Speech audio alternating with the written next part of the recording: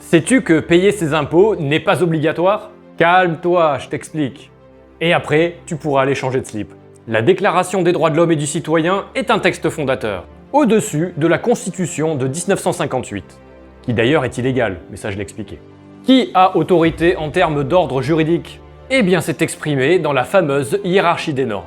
Écoute bien, la Déclaration des droits de l'homme et du citoyen de 1789 stipule dans son article 14 que tous les citoyens ont le droit de constater, par eux-mêmes ou par leurs représentants, la nécessité de la contribution publique, de la consentir librement, d'en suivre l'emploi et d'en déterminer la quotité, l'assiette, le recouvrement et la durée. Traduction: tu peux décider de la payer ou pas, d'en déterminer le montant sans la moindre contrainte.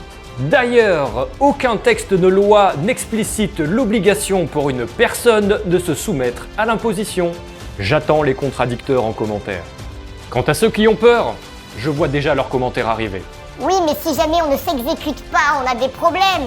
Amende, jugement, saisie, prison... Pas faux, mais sachez qu'extorquer par la menace et l'intimidation est répréhensible par la loi. 312-1 du Code pénal.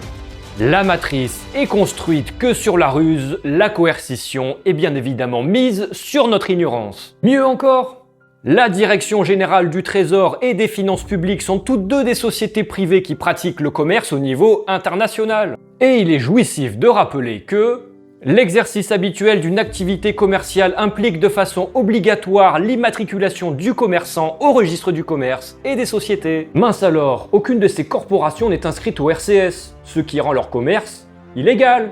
Ouais, les gars en face pratiquent le travail au noir. Hein? Faites ce que je dis, pas ce que je fais. Quant à ceux qui vont brandir le levier des bons sentiments.